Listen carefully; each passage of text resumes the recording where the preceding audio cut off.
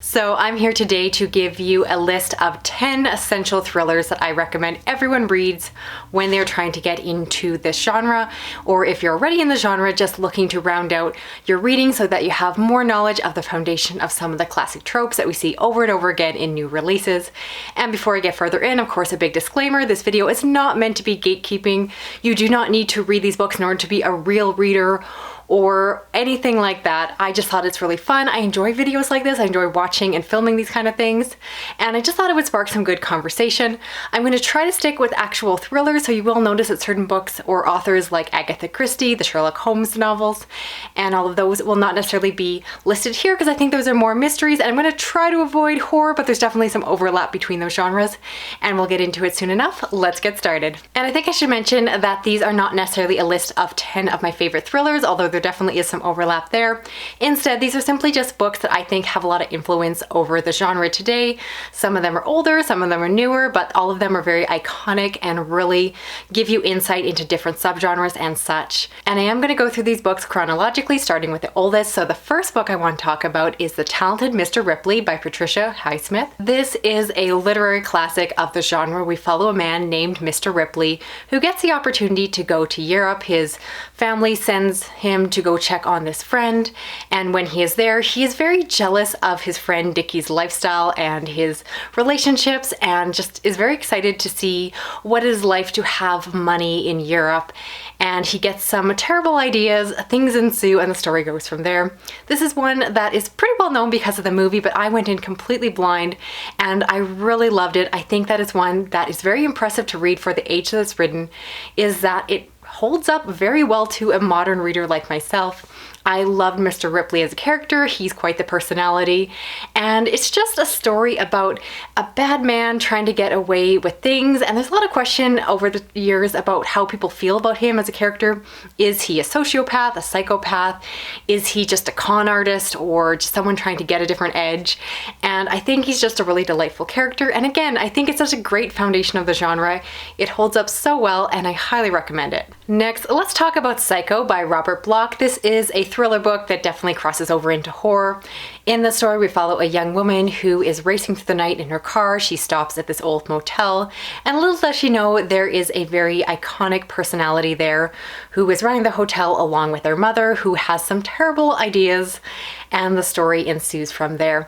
This is one that I will admit that if you read it after you've read a lot of thrillers, you will be able to see where the story is going. It is a touch predictable, but again, those tropes, those twists that have become so much fun in modern thrillers really started with books like this. And I think it's incredibly well plotted, well done, that even if you know where the story is leading, it is so enjoyable to watch it all unfold. It's very smart. This is a tight, short book that just packs a punch, and it has some great psychological moments. I love getting in the head of the characters and watching it all unfold. So it's a classic for a reason. I do think it's worth checking out, especially if you want to, again, see some of the older works that influence a lot of the modern books we know and love today. Next is We Have Always Lived in the Castle by Shirley Jackson. And this is a strange, quiet literary thriller that follows two sisters that are living in this house. One of them is an agoraphobe. They do not want to leave the house, and so the other sister has to go and run errands. They find out that they are very much exiled or seen as otherly within this town because years ago there was a horrible accident or incident where several members of their family were poisoned, and so the remaining members of the family are now under a lot of suspicion for their deaths. And the story is told from the perspective of a very unreliable character. We follow them as they are trying to explain what happened, where things are currently at, and again, it's just a very unusual, quiet, quirky book. I think this author is best known for The Haunting of Hill House, but I feel like that one is more of a horror. In terms of this one, I think it just perfectly fits the niche of thriller because it's one of the first books that I read from this time period that introduced that idea of an unreliable narrator. You really don't know how much to trust them. Again, it's not a spoiler. The fact is, the beginning of the book, you know that these people were poisoned and you're trying to figure out, were they actually the cause? Everyone else thinks they were, but we're not quite sure. Even though we're reading the story from inside the head of this young woman, it's very well played out. It's smart. It's interesting, and I think it's definitely worth your time. It's a little bit more underhyped considering it is such a classic. Next up, let's talk about The Collector by John Fowles. And this is a thriller told from the perspective of the villain or perpetrator. In the story, we find a man who is obsessed with a young girl. He collects butterflies and decides that one day he wants to collect her too. At the beginning of the story, he begins to prepare a place for her to stay and then proceeds to actually kidnap her and take her away to this dungeon. And this is a story that, again, is a little bit older and completely holds up to a modern day reading. The narrative or writing style is very unique. It's a bit fragmented, which I think fits the frame of mind of the main character. He's a bit mentally unstable, and so you see that in the way the story is written. And I want to specifically recommend this one because in recent days there has been such a popularity of writing books from the perspective of the bad guy, the villain, the kidnapper, etc. And this is one of the first major books that did this and did this so well it really became popularized. And again, as someone who does tend to prefer more modern fiction, this completely held my attention. It is creepy and suspenseful and unsettling and bothersome, and you can definitely see its influence in more modern works like You by Carolyn Kepnes. I'm sure that she had read this one before she came up with her own idea. And again, that's just one example of the many modern books that came afterwards that all started with books like this. So highly recommend this one. It is worth going back to the beginning here. Next, let's talk about two books together, and that is Red Dragon and The Silence of the Lamb, both by Thomas Harris. And these, of course, are iconic serial killer novels that follow a iconic serial killer, or fictionalized one at least, named Hannibal Lecter. And I think people are more familiar with the second book because of the infamous movie, but Red Dragon has its own movie, and the book itself really does hold up. You do want to start back at the beginning and read through these. Now, I've said on my channel before that I've read these, but I made the mistake of reading these iconic classics well after I had read so many serial killer novels, and I deeply regret that. So if you are someone who is still early on in your thriller reading life, I highly recommend reading these books as soon as possible before you get into the plethora of modern serial killer books, because these ones will come across as more tropey and familiar and predictable once you've read 7,000 serial killer novels like I have. But these ones came first. They are what made this subgenre so popular. Everyone wanted to read and write serial killer novels, and so you do want to go back to the beginning while it's still fresh, while this genre or subgenre still feels new to you, and see where it all started. The character work in these are great. I think that the author did a great job of creating just a really iconic, memorable villain who is just very unsettling.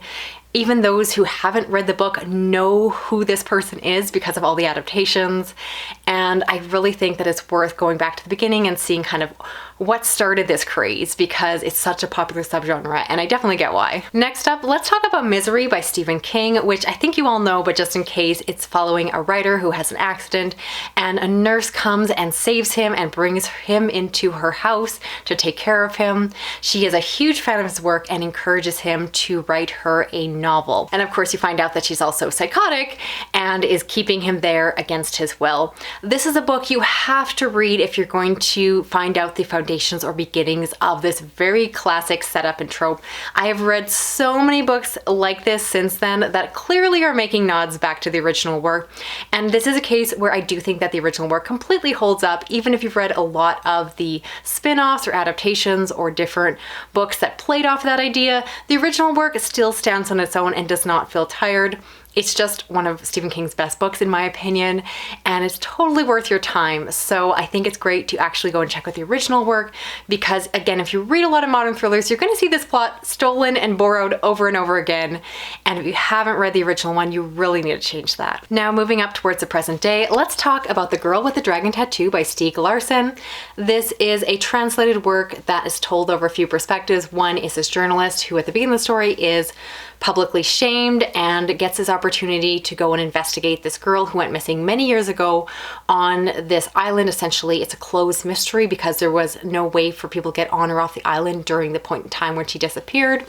And then we also follow the perspective of a young girl named Elizabeth, who is this brilliant computer savvy individual who has a really hardened past. And it's a very iconic work, partially because it just became so big and buzzy. So at the very least, I recommend reading it simply because it's become such a part of modern culture. Everyone will reference the book and compare other books to that. I think it's a great representation of Scandinavian thrillers and mysteries that tend to have a harder edge. They don't tend to edit or hide the darker side of humanity. And so this book definitely has some very difficult content.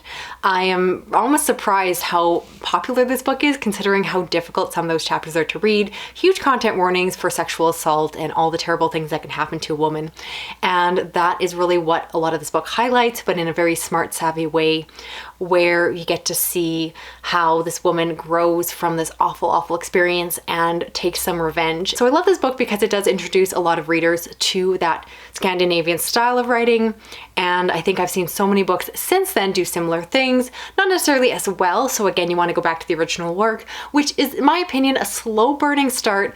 But once it gets going, it becomes a very compelling mystery with two characters that have to work together and solve this. And I thought the ending was very exciting. I definitely recommend this one. It's popular for a reason. I enjoyed it, so hopefully you will too. Next, let's talk about American Psycho by Bret Easton Ellis, which follows a very well-known and iconic character, Patrick Bateman, who is this yuppie working on Wall Street in the 1980s. And during this time period, we follow him as he is going about his life. He has a life full of riches. He has his routines, his obsessions, and he's very bored in this lifestyle. And so we follow him from his perspective as he begins to have possibly fantasies, possibly not, imaginings of killing individuals. And so this book becomes hyper violent as it continues on.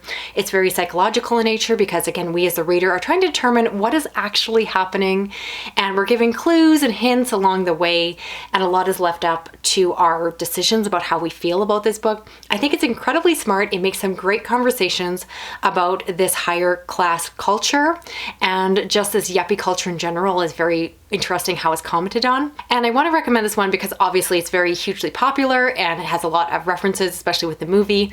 But I also want to recommend it because I think that it's important to see a work like this in response to a lot of the modern thrillers that are coming out, where so many of them are focused on these hyper rich individuals, often couples, that are super rich, and then everything comes falling down due to some terrible violent event or action. And so I definitely think that they're pulling threads from this original work, where there's something very delightful about seeing those in power and places of privilege, and just seeing that the exterior, where they seem like they have it all together, isn't necessarily reality. And I think there's something just very satisfying for those of us in more of a middle class type lifestyle to really get to see how this plays out. So I just think the original work is super smart. Not for everyone. Definitely a lot of brand name dropping, which I love, but not everyone will. But again, if you love that trend of really popular modern thrillers that just rip apart the rich, this is a great one to go back to. And if we're going to talk essential thrillers, we have to talk about Gone Girl by Gillian Flynn. This is a very well-known, super popular thriller, but if you don't know, it follows a married couple, Nick and Amy. On their 5th anniversary, Amy goes missing, and so the story is told over two dual perspectives. We have Nick in the present day as he has to deal with the police who are trying to figure out where his wife is. And then we also follow Amy's perspective, but hers is told through diary entries leading up from the point when they started dating all the way up to this anniversary. So we slowly get to figure out how these stories come together and where Amy actually went, what happened to her. And I want to recommend this one because it really did launch the popularity of domestic thrillers. Certainly there were those that came before this one, but this one really blew it out of the water. It just described a really ugly side of marriage and relationships, which I think was perhaps more honest than a lot of readers want to admit. And I think that it really just spoke to a lot of us on a level that we, again, don't want to publicly say out loud. But I love the complications of their relationships, how messy and gritty it all is. And then I also love the fact that it introduces a clear, unreliable narrator, because right at the beginning of the story, in the very first chapter, Nick admits to us that while we're reading from his perspective, that he is lying to the police.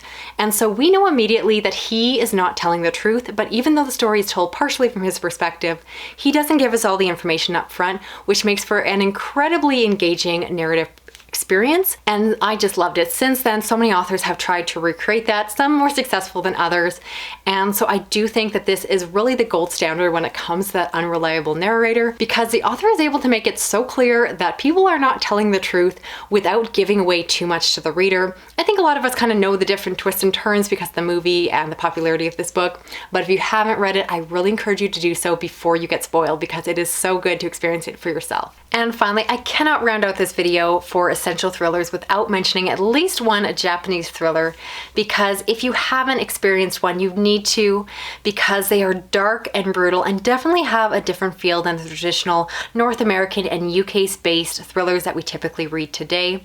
And so the one I personally want to recommend here is Confessions. This is a story that is told through a series of monologues. At the beginning of the story, you find out that there is this teacher who has recently decided to resign after the horrifying loss of their daughter due to an accident. And as she is resigning, she is explaining the events to her class that led up to this decision. This story is told in a way that we get to recount the same events, the same accident over and over again, but from different perspectives of the students. And with each telling, we get to find out more information and really see the horrific things that led to this loss of life.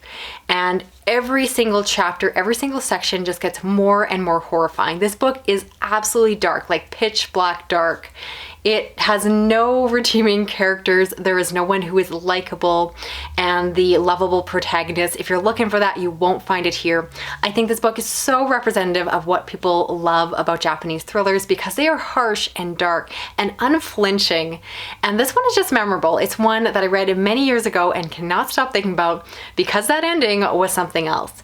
And so I definitely recommend reading a whole bunch of Japanese thrillers. I think there's so many fantastic ones out there, but this, in my opinion, is a great one to start with if you want to begin dabbling into this particular area of the world and reading the dark things that go through those writers' heads. So that's it for this video here. I'd love to know the books I talked about. Are there any that you're planning on checking out for yourself? And more importantly, I'd love to know, what are your essential thrillers? So whether they be classics or more modern books that really capture the genre, what are the thrillers that you would recommend that everyone reads as they start to get into this genre? Again, let's keep the comments light and fun. Know that I don't want to gatekeep anyone, and you can completely disagree with my picks. That's half of the fun right there. So if you're new to my channel and didn't completely hate this, I'd appreciate if you stuck around. I do read a lot of horror, thriller, science fiction, fantasy, and if you want to give this video a thumbs up, drop a comment, even if it's just an emoji. Drop an emoji for something like a thriller, I don't know, maybe a knife. Knives are always great emojis, right? And if you want to hit that little notification bell, you'll never miss a video from me. Thanks so much for watching. I'll talk to you again soon. Okay, bye-bye.